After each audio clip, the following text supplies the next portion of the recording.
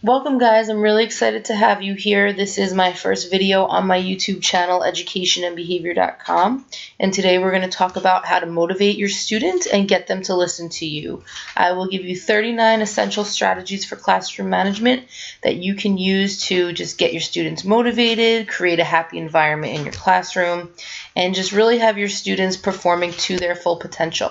If you want to print this out, you can go on my website, also called educationandbehavior.com, and find the article. You can do a Google search right on the website and look for how to motivate your students and get them to listen to you, and you can print it out. So some of the strategies that I'm going to talk to you about today might not be what you're used to and may require some changes on your part.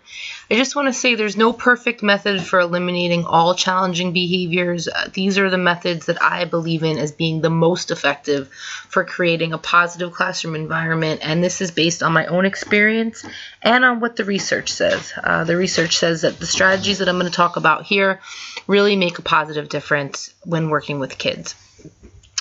A lot of these strategies might seem more practical for elementary age classrooms, but a lot of them can really be used for all students from preschool to high school. And I also just want to add, guys, because there are 39 strategies in this presentation, you might want to listen to a few at a time so you don't get overwhelmed and feel like you need a break. Just give yourselves a break. Maybe listen to 5 or 10, take a break, and then come back and listen to some more, rather than trying to digest it all in one sitting. If you want to listen to it all at once, feel free, but by all means, stop and take breaks in between.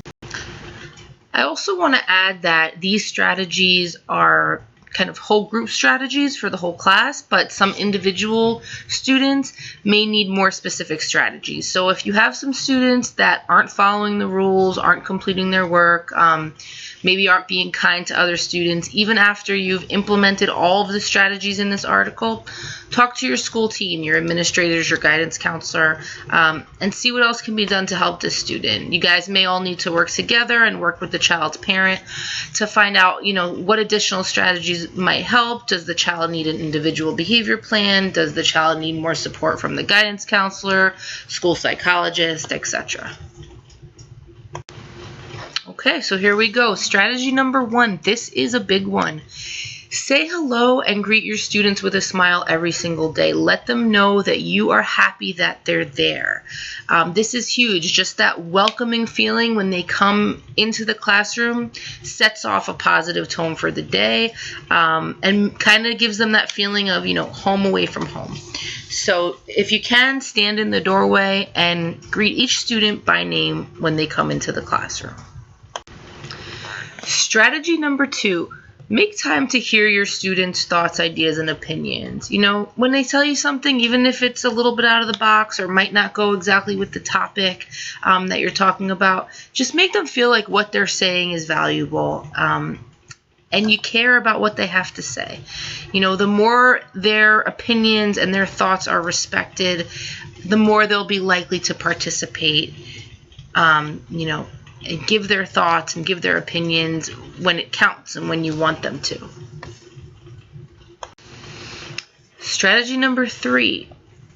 Post rules where everyone can see them. A lot of times people say have the students make the rules with you. I don't necessarily agree with that, because I don't really see them as rules. I see them more as expectations that you have for them, that you have in order for them to be effective learners. And those should be up at all times so you can easily refer to them. And here are some examples. Walk in the classroom, be kind to your classmates, listen to the teacher, stay in your seat, raise your hand to talk, and use your quiet voice. This is a lot more effective than phrasing rules using negative language like no running, no hitting, no getting out of your seat, no calling out, no yelling. When you phrase rules in the positive, it really gives students a very clear direction of what you expect. When you say what you don't expect, it's not as clear, as to what you actually do expect. So let's phrase those rules in the positive and have them up so everybody can see them and lay them out from the first day. Strategy number 4. Have each child sign a contract in the beginning of the year agreeing to follow your rules or your expectations. You might think that's silly, a contract, they don't have to honor it. But it's just a general agreement from the beginning that they get your expectations and they're on board. And then, as they break the rules down the line, it makes a lot more sense to refer to them knowing that they agreed from the beginning to follow them. So that's why I just say a contract is a good idea, just something stating these are the expectations and they sign them. Strategy number 5, take some time to review your rules every morning. Just take 5 minutes, quickly go over them, and do this every day until everyone in the class is following them regularly. If you have any student that's not following them on a regular basis, then keep going over those rules. That way you don't have to single that student out to go over the rules, but it's just, a regular thing that you do every morning, and it can speak to one student who's having trouble or to many students who are having trouble following the rules. And it's just a good reminder for them to know what's expected of them. Strategy number 6, this is a really important one. Reinforce the rules. When you see your students following through on what you expect, let them know. You worked so quietly today in math. You completed all your work. Nice job. Use positive body language. Give a thumbs up, nod, smile. You can see more on this in how to use praise to encourage positive behavior in children, an article that I wrote, which really talks about why it's important to use praise and how to use it the right way, and why it's important to acknowledge students for doing the right thing. Acknowledging people in general for doing the right thing leads to more of them doing the right thing. So it's just a good practice in general. And like I said, check out that article. Strategy number 7. Okay, so here we go. What do you do when a student breaks a rule? A lot of times being in classrooms, I've seen a lot of inconsistency with this. One student might get reprimanded, another one might be redirected, another one might, get a detention slip. Let's keep it consistent every single time. When that rule's broken, point to the rule, because you'll have it up in your classroom for everyone to see. Make eye contact with the student or students who broke the rule and restate it in a neutral, business-like tone. You don't need to yell, but you also don't need to ask, can we raise our hands, please? We raise our hands in class, we remain quiet while working. Say it, like I said, neutral, calm and collected, but assertive, like you mean it. And another strategy, which is somewhat similar, sometimes you don't even have to say anything. You can just raise your own hand to show them to raise their hand. It's the same principle. You are referring to the rule, but you're doing it in a gestural way, which is a lot quicker, and you can't really talk back to a gesture. So, just raise your hand or point. So you can really do it either way. Figure out what works for you. And just, implement these strategies with consistency. Go over those rules, reinforce those rules, and, reinforce them with verbal praise and refer to them when you see them being broken. Strategy number 8. Give your students the power to earn things that they enjoy doing. We spend a lot of time reprimanding students, stop talking, stop getting out of your seat, stop looking at that book, we're not doing that right now, those kinds of things. So let's give them the chance to earn time to do those exact things. You will spend so much less time reprimanding them during the lesson if they have the opportunity to do those things in breaks throughout their day. So you might want to do a break before lunch and one before the end of the day, or a 5-minute break between each lesson. Or, 90 minutes of working, set a timer, and then a 5-minute break, something like that. And depending on your class, you may need to set a timer during the break time as well, to let them know exactly how long their break will last and when they're about to transition back into the lesson. It's just so much more effective to let students work towards earning things than to threaten to take things away from them. When you say things like, if you don't stop that, you're not going to recess, it just opens up the door for them to talk back to you, become defiant, and basically choose if they want to keep talking and, not doing their work, or miss recess. They could say things like, I wasn't talking, take away my game time, I don't care. But when they have the power to earn it, you're really putting the ball in their court, and you could just switch your language around. Like, remember, we have to remain quiet and complete our work to earn game time today, or something along those lines. So again, just let them work towards things instead of threatening to take things away. And check out my article, Excellent Classroom Strategy to Increase Student Motivation, with tons of ideas for earning privileges in the classroom. Strategy number 9. Use redirection with your students. This is so much more effective than telling them to stop doing something or telling them what not to do. If your class is working on writing 10 sentences and one of your students is talking, instead of saying stop talking, say, keep working on your sentence, or finish writing your sentence. Or if they're looking out the window, and they're supposed to be looking at you, say, look up here, Brian, look up here, instead of saying stop looking out the window. You can also use nonverbal redirection. It's another very effective strategy. Tap their book in the spot where they need to be, as a reminder to get back on task, rather than focusing on, what they shouldn't be doing, like stop talking. If you haven't been doing this already, which a lot of you probably have, just give it a try, tomorrow in class, and you'll see right away such a difference in that kind of direction versus telling them what not to do. Strategy number 10, this is pretty similar to strategy number 9. It goes along with telling students what you want them to do instead of what you don't want them to do. So if you have a student that's yelling in the hallway, instead of saying stop yelling, say quiet in the hallway. Even demonstrate with your own voice, quiet in the hallway. If they are running, then we want to say walk nicely, and possibly even demonstrate how to walk nicely. Or if they're hitting, keep your hands to yourself rather than no hitting. And then, of course, if a student's hitting too, we want to try to get to the bottom of what's motivating that, what's frustrating them. But that's another strategy. So we definitely want to just phrase things in the positive, be assertive, say it in a neutral tone, and stay away from the can, like, can you be quiet in the hallway? Or can you keep your hands to yourself? It's not a can you, it's a direction from you that they're expected to follow. So say it, be assertive, and phrase it in the positive. Here's another really important one, guys, strategy number 11.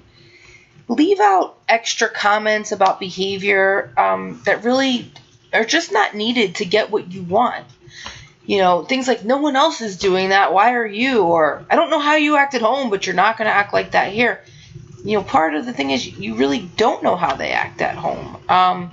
For all you know, at home they don't have supervision, or there's complete chaos at home. Really, how they act at home has nothing to do with what is going on in class. Or lower your voice. No one else wants to hear you. I've been in so many classrooms where those kinds of comments just lead to more negativity, other students chiming in, the child getting more upset, the child talking back.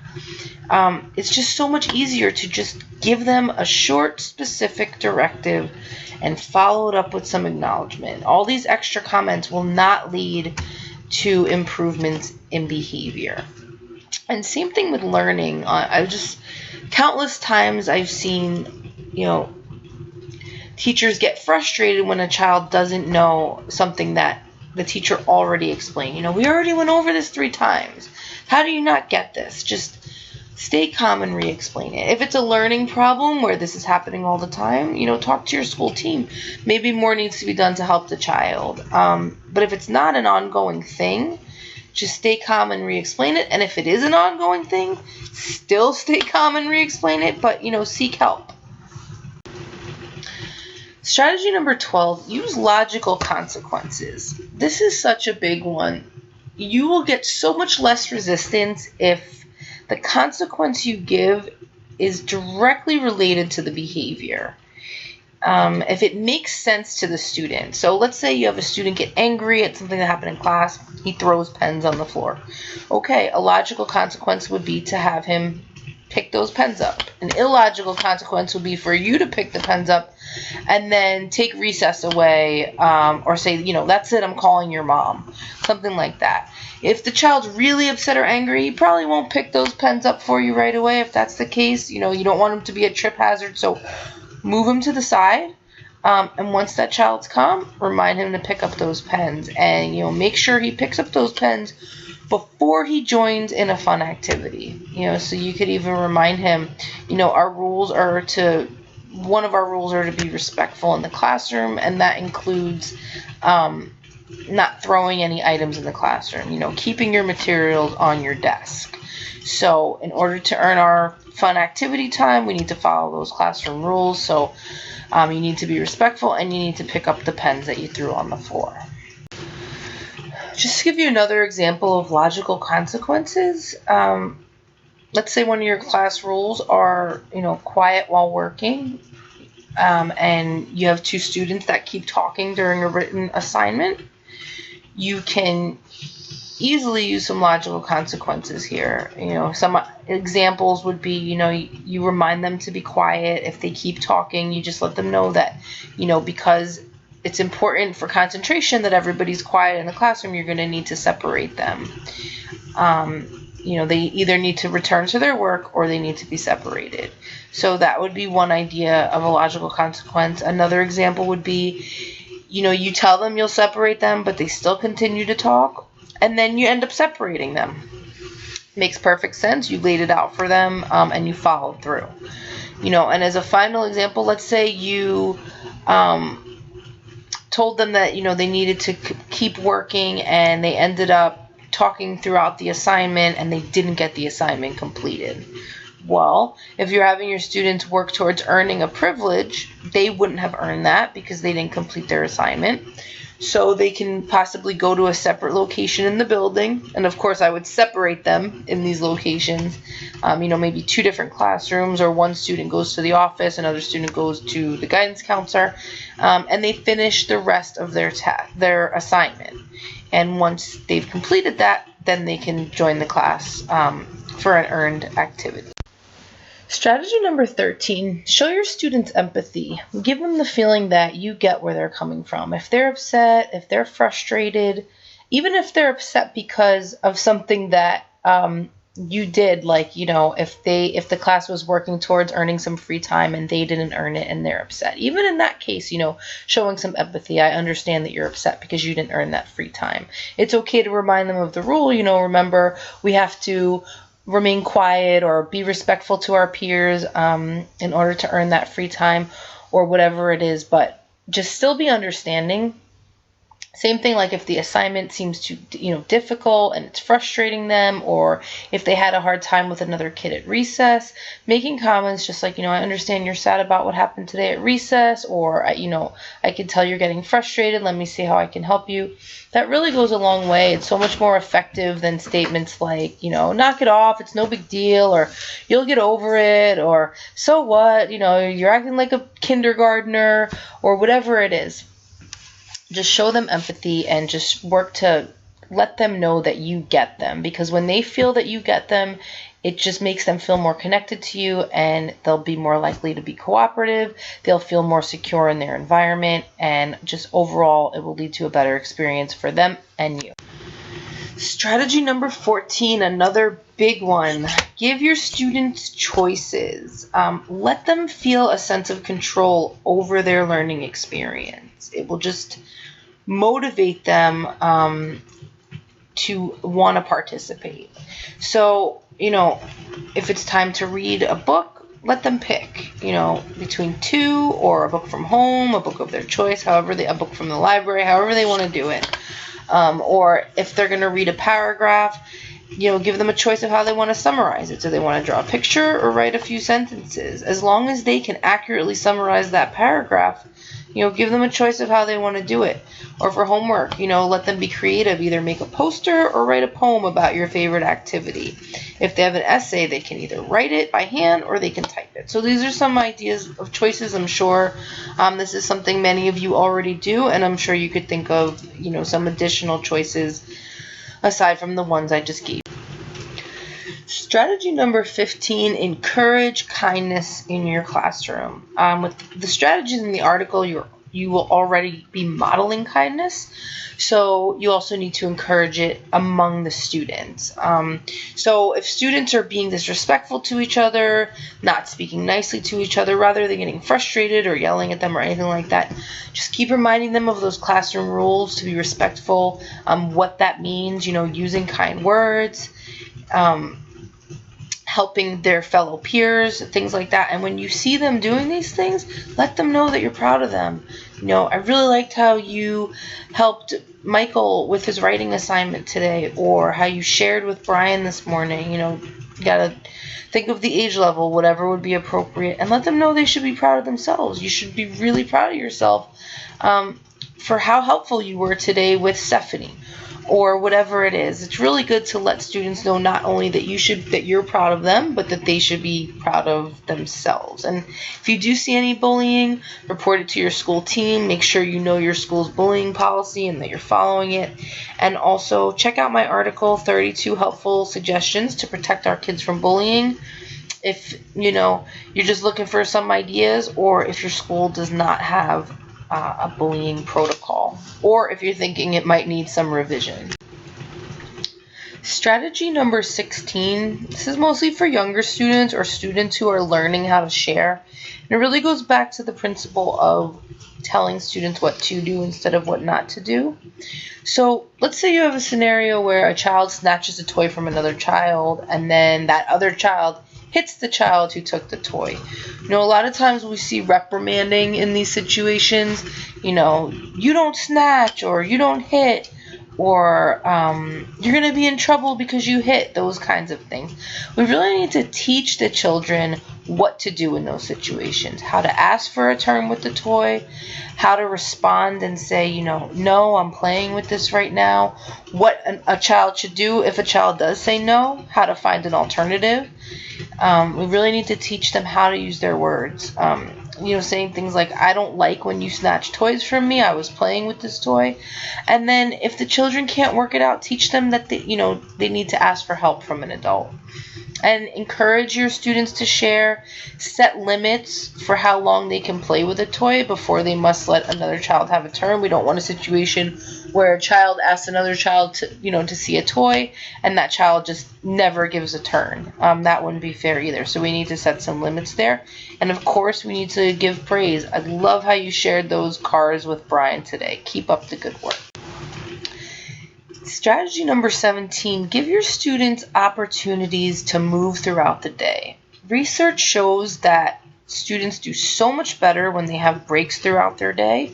And sometimes lunch and recess really just isn't enough, especially for younger kids.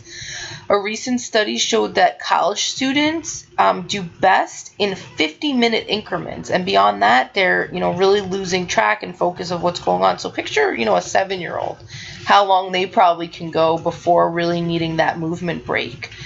There's so many different things that you can do with them. Jumping jacks, running in place, dancing to music, going to get drinks from the water fountain, running an errand to the office. There's so many different things that you can do with your either a group or individual students to give them movement breaks. And research also shows that exercise in general just leads to increased focus, and better self-esteem, and better, lower stress levels, and better internal feelings. And a lot of studies have been done lately on students with ADHD and autism, and exercise has really been shown to make a big difference. I also recommend reading my article, Exercise Ideas to Help Kids with Autism, ADHD, and more. Strategy number 18, don't take away recess as a punishment. Really, like I said before, students should be working towards earning things rather than us taking things away from them. It's just a much more effective strategy to encourage cooperation. And also, kids need to burn energy to be effective learners. Like I talked about before, research shows that exercise leads to better focus, better self-esteem. And for some kids, this is the only exercise they get and the only opportunity for socialization that they get, to really connect with their peers. So again, Even if you have a child that's not listening, not following rules, we do not want to take away recess. Strategy number 19, have a class routine that pretty much follows the same schedule every day. This may not be necessary for your class. It really depends on your kids, but if you have kids with, challenging behavior, or kids with autism or ADHD, or really young kids, this is really helpful. Kids with those kinds of needs, just a lot of times they really thrive on predictability. So having a routine, knowing what's coming next, knowing what to expect, just lessens their anxiety, and just leads to a more productive day. And you want to have that schedule posted so they can see it either in written form or in pictures, or both. And if you're not sure how you can get pictures, you can talk to your school administrators or check out my article, How to Use Schedules to Improve Children's Behavior, with a lot of suggestions on how you can obtain pictures. Strategy number 20, of course, we want to have some changes in the routine on certain days. We need to teach our students flexibility. We might have a schedule that we normally do, but one day, a music class might change that schedule, or a science video might change that schedule. So try to have the schedule reflect what it is for the current day. Make the changes in the written or visual schedule and let the students know ahead of time. Today after math, we're watching a science video instead of doing the regular science lesson, something along those lines, or instead of doing English, whatever it is. Point to the schedule, remind them, and especially for students who have anxiety with change, it's a good idea to remind them again as it gets closer to the activity. Strategy number 21 may not be necessary for all students, but again, very helpful for students who have trouble transitioning. Sometimes we'll see this with students with autism or students with challenging behaviors, very young students. A lot of times it just lessens their anxiety to know what's coming next and how long until that next activity. So just giving them reminders. In 5 minutes we will be getting off the computers and starting a writing assignment. Using timers can be really helpful. Using visual timers can be helpful for students who have trouble understanding numbers or the concept of time. Check out my article, How to Use Timers to Motivate Children, for more on how to use timers the right way for transitions. Strategy number 22, give your students jobs. It just makes them feel important. It breaks up the monotony of the day. It kind of makes it more like a family in the classroom, like everybody has their role. Some ideas could be passing out papers, collecting papers, running errands to the office, being a monitor for a younger classroom, reading to students in a younger classroom, being a peer tutor, erasing the board. Rotate the jobs and try to give jobs with more responsibility to students who consistently follow the rules, complete their work, and treat others with respect. Again, this is a great thing for students to work towards. You might have a student who has a lot of difficulty in class, and he really wants that chance to read to younger students or be a monitor for a younger classroom, so that could be a great motivator.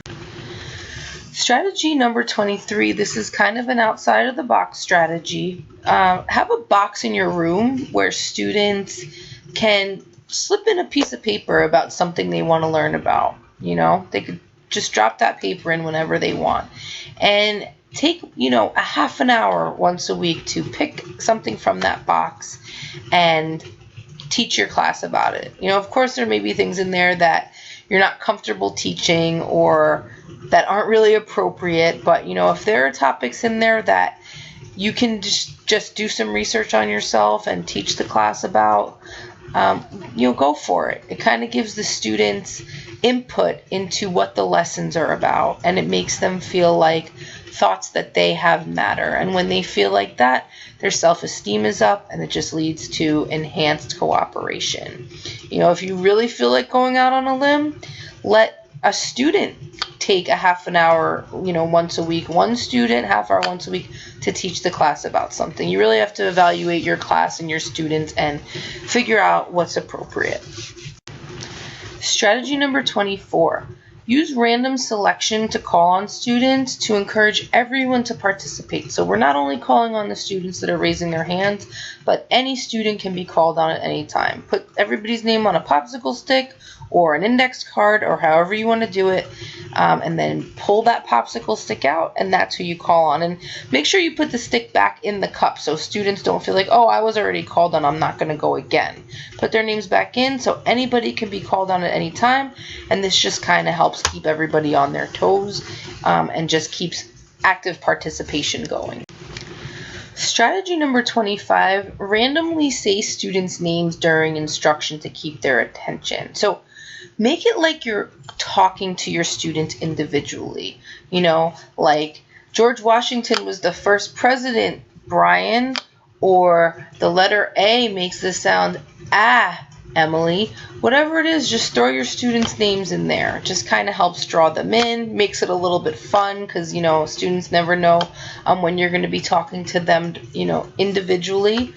And it's just kind of a way, again, to keep everybody a little bit more focused. Strategy number 26, walk around while you teach so you're in close proximity to all your students. This is a lot more effective than standing in the front of the room and being far away from the students in the back. Some teachers like to put their desks in a semicircle or like a half semicircle, so it's a lot easier to be close to all of the students and they can all see you easily. Students just do better in general when you're able to stand close to their desk or just when you have more direct access to them. Strategy number 28, teach your students how to use graphic organizers to take notes during your lectures. Graphic organizers give students a really quick way to jot down important points that you said, so they can look back at those notes later for a study guide. And check out my article, How to Use Graphic Organizers to Improve Reading Comprehension, Writing, Listening, Note-Taking, and Study Skills to get more specific direction on exactly how you can teach your students this skill. Strategy number 29. You may come across some students that have language difficulties or are just nervous saying things out loud, and you might not be sure what they know. So give them a chance to show you their skills receptively. If you're teaching letters and you want to know if they know the name of the letter A, show them A, H, W, and Q and say to them, show me A, so they can just point to the letter A. In the example in the picture here, it's animal. So if you want to see if your student knows what a rooster is, you can say, show me the rooster, and have them point. Strategy number 30. Use different teaching methods to make sure you're hitting all the students' learning styles in the classroom. You might have some visual learners, some auditory learners, some hands-on learners. So make the lessons incorporate all those things. If you're teaching about the Revolutionary War, let's say, tell them about the war, show them pictures of the war, and have them reenact it or build something that has to do with the war.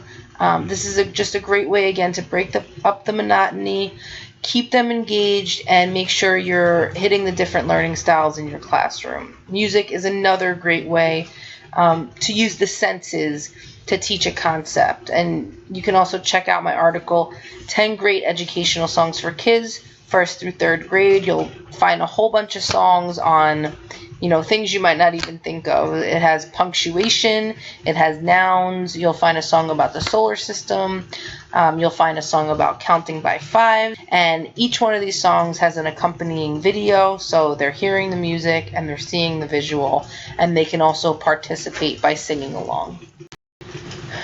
Strategy number 31, I talked to you guys before about praising students when they follow the rules. You guys worked really hard in math today, great work. And we talked about this a little bit when I talked about, teaching younger kids how to share. But just in general, give students individual praise as well. You worked really hard on that math assignment, Brian, or great participation during science today, Maria. And again, use positive body language, thumbs up, smiling, nodding. For some older students, they might get embarrassed with this kind of praise, but if you're doing it with all of the students, then there really won't be too much room for embarrassment. And if you're still concerned about that, kind of do it on the down low. Slip them a note on their test about how great they did, or tell them at the end of class when students are walking out, things along those lines. Strategy number 32. Make an effort to have communication with your students' parents. I know it can be hard because you are very busy and you already are working after hours, working on weekends. So just do the best you can with this one. Parents love to hear good things about their kids. So if you can, even if it's just, a note home once a month, or, every couple months, or whatever you can do. If you can do it every week, great. If you can call home once a month, great. So however you can do it, make an effort to let the parents know how their child is doing, and you can either let them know that they're doing great, or let them know that they have areas where they need to improve, or both. And then, if they do have areas that they need to improve in, tell them how they can improve. You could say something along the lines of, Johnny has excellent participation in class. We do need to work on him completing his assignments till the end. Things like that, especially in science. So just be very specific with them. Don't make it about that you're angry or upset with their child. Just be very factual about it. And parents will really appreciate, that contact. And when the school and the family works together, it's really just best overall for the child. Strategy number 33, hold class meetings, maybe once a week or once every 2 weeks. Talk about the things that are going well. You guys are really doing great completing your assignments and being respectful to each other. And talk about the things that need improvement. We need to work on raising our hands. We need to work on walking nicely in the hallway. Things like that. And allow your students to ask questions, make suggestions on what they think would make the class better, or what they would like to learn about, or how they would like to learn, and let them express any concerns that they might have at that time. Pulling together a meeting like that just really, again, puts that family mind frame into place. We want them to feel like when they come to school, it's kind of like a home away from home. Because that's what's going to make learning desirable, and that's what's going to make learning fun. When it's a close-knit community, everybody's working together, and everybody feels respected. Strategy number 34. Try to make time to meet with your students individually as well. Maybe once a month, quarterly, however you can do it. It's not the same as a group meeting, because in that individual meeting, you could just focus more on the student's specific strengths and needs, and that student may also want to express things to you that they're not comfortable talking about in front of the group. So, it's a way for you and the student to really come together on what you can do to help the student be as successful as possible. Strategy number 35, keep a calm demeanor. So what I mean by this is just, try to stay as professional and neutral as possible. Don't let your students seeing you get worked up by their behavior or bothered by their behavior in any way, whether it's raising your voice or, sighing at them or rolling your eyes or anything like that. Just stay neutral and professional. A lot of students enjoy seeing you get frustrated, and this can actually lead to increases in the problematic behaviors. Strategy number 36. Don't use other people to try to get your students to listen. Like, do you want me to call your mother, or am I going to have to get the principal? This kind of takes away from your authority, and it tells them that you need to get someone else because you don't know what to do to get them to cooperate. In some cases you will have to call their mom or go to the principal, but this isn't really a threat to them. This is just something that you would do on your own if there truly was an issue, but you don't need to use that to try to get them to behave. If there was a situation where you really had to call a student's mother, then you can pull that student to the side and say, I'm going to need to inform your mom about this, and that's okay, because that's not a threat. That's something you're doing. But as a threat, it's just really not going to lead to a positive change. It might in the moment, but it kind of takes away from your credibility, which just leads to an overall negative interaction between you and the student. Okay, very similar to keep a calm demeanor. Just whatever you do, do not yell at your students. This is strategy 37. Some people think that kids will only listen when they're yelled at. And in the short term, they may sit there quietly, but inside, the way they feel after being yelled at probably will not lead to a very effective learning session. Think about how you feel after somebody yelled at you. And how do you feel inside? Embarrassed, angry, upset, anxious, sad. And when a child feels this way, or when anyone feels this way, it's really hard for them to learn. And children who are yelled at repeatedly over time could just end up with ongoing anxiety, and that could just impact learning as a whole in a negative way. And also, yelling at one child could actually cause anxiety for another child who's doing the right thing. So just all around, it's not an effective way to handle behavior. Strategy number 38. Have a sense of humor with your students. Some of you might think I'm not that funny. Just try the best you can. Smile at your students. Maybe you could put a silly bonus question on your test, or say something quirky. Sing something you might normally say. Allow time for jokes. Maybe have a joke hour once a month or something like that. Of course, as long as they're appropriate. And then see the article written by Maurice Elias if you want to know more. He's a professor at Rutgers University. He wrote an article called Using Humor in the Classroom. There's some good ideas in there. And here we are at our final strategy. Say goodbye to your students at the end of each day. If you can, stand in the doorway and say goodbye to everybody by name. Give them their own personal goodbye. It just gives them a feeling that they matter and that you're looking forward to seeing them again for another happy day. So that's 39 essential strategies on classroom management. Thanks so much for listening, guys. I know you'll do great implementing these strategies. And stop by my site, educationandbehavior.com. There's tons of information on there to help you support kids in the areas of reading, writing, math, and behavior. There's also info on disabilities, special education, bullying, and social skills. A lot of free resources and materials and an open forum. And the site is for educators, parents, counselors, therapists, really anyone who wants to make a positive difference in the life of a kid. And a lot of our strategies are also helpful for adults with special needs. You can receive our updates on Facebook at facebook.com/wise tutoring services, or Twitter at twitter.com/wisebehavior.